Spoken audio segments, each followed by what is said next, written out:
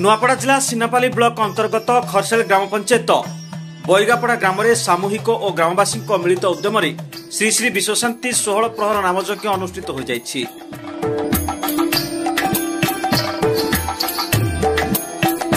शनिवार दिन ग्रामर शताधिक महिला शोभायात्रा बाहरी निकटस्थ पोखरी पूजार्चना कर कलश पानी उठाई ग्रामर 2 गोटी संकीर्तन दल सहयोग ग्राम परिक्रमा करी परे मंडप रे कलश स्थापन करथिले।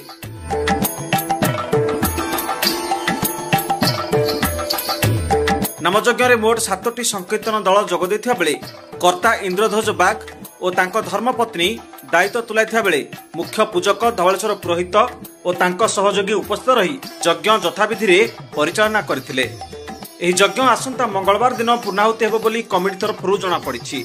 एही कमिटीर सभापति श्रीयुक्त जगन्नाथ बेमाल, उपसभापति पंचानन खमारी, कोषाध्यक्ष कुंभबाग, संपादक चंद्रध्वज खमारी, ब्लॉक प्रतिनिधि सांबादिक चिंतामणि नेताम, स्थानीय सरपंच वीरेंद्र कुमार खमारी, सुबेश बाग, संतोष तांडी, संतोष खमारी, रोहितास बेमाल, बांछानिधि गहिर, रियांस खमारी, हेमंत बेमाल, तुलाराम बिशी, प्रेमचंद शाह, बेदवर शाह, विशंबर कांड दायित्व तुलाइथिबा बेले ग्रामवासी सहयोग करिसंती।